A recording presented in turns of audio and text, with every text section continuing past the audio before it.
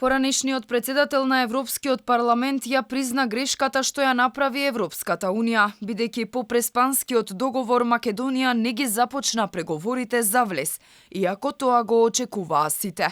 Според Мартин Шулц, Македонија даде многу, но се уште не го доби за возврат ветеното, бидејќи по потпишувањето на договорот со Грција се случи француското вето, а потоа и бугарското. Сепак ако сакаме конечно да станеме дел од европското семејство, потребно е посериозно да се работи на реформите. My feeling is that the European Union made a mistake. Ако го барате моето мислење, тогаш јас сметам дека Европската унија направи грешка. Пред преспа договорот, земјите членки и европските институции дадоа едно ветување на оваа земја. For me, this was a historical progress in the whole region. За мене ова беше историски напредок за целиот регион. Тогаш јас, како и сите други, верував дека конкретните преговори односно отварањето на поглавјата и отварањето на самиот процес на преговори ќе може да почне. Уставните измени ќе го отворат европскиот пат, по се изгледа на премиерот му стана омилена мантра. Додека европските челници од нас очекуваат вистински реформи, Димитар Ковачевски прво акцент става на уставните измени, а после на реформите. Па индиректно ја уцени и опозиција да учествува во носењето на реформските закони. Двотретинското мнозинство за промена на уставот и продолжување на европскиот пат на државата не е потребен за владата и за парламентот исклучиво.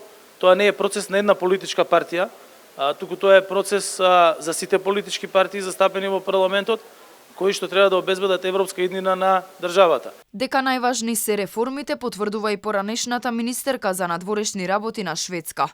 Сепак ниту Ал Линде не ги штедеше критиките за ЕУ. Зошто Македонија толку долго чека пред портите? I think the most important thing is to make the reforms. Она што сакам да го кажам е дека